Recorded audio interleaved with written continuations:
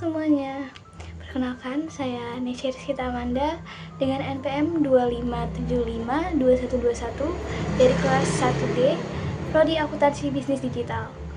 Pada kesempatan kali ini saya akan membahas secara singkat mengenai apa itu ekonomi, sejarahnya, dan satu fakta menarik tentang ekonomi. Pertama, mari kita pahami dulu apa itu ekonomi. Kata ekonomi berasal dari bahasa Yunani, yaitu oikos yang berarti rumah tangga dan nomos yang berarti aturan. Jadi secara sederhana, ekonomi adalah ilmu yang mempelajari bagaimana manusia mengelola sumber daya yang terbatas untuk memenuhi kebutuhan hidup yang tidak terbatas. Dalam kehidupan sehari-hari, ekonomi sangat dekat dengan kita, mulai dari cara kita mengatur uang untuk jajan, membeli kebutuhan pokok, hingga keputusan pemerintah dalam membuat kebijakan. Selanjutnya, mengenai sejarah singkat ekonomi. Ilmu ekonomi sebenarnya sudah ada sejak zaman kuno. Namun, perkembangannya semakin dikenal luas pada abad ke-18 melalui tokoh bernama Adam Smith.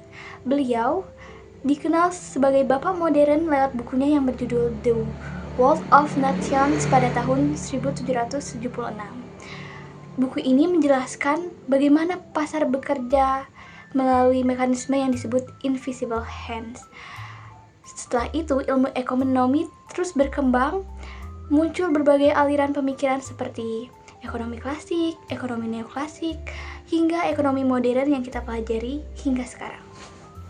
Terakhir, ada satu fakta ekonomi yang menarik dan sangat berpengaruh dalam kehidupan kita, yaitu hukum permintaan dan penawaran.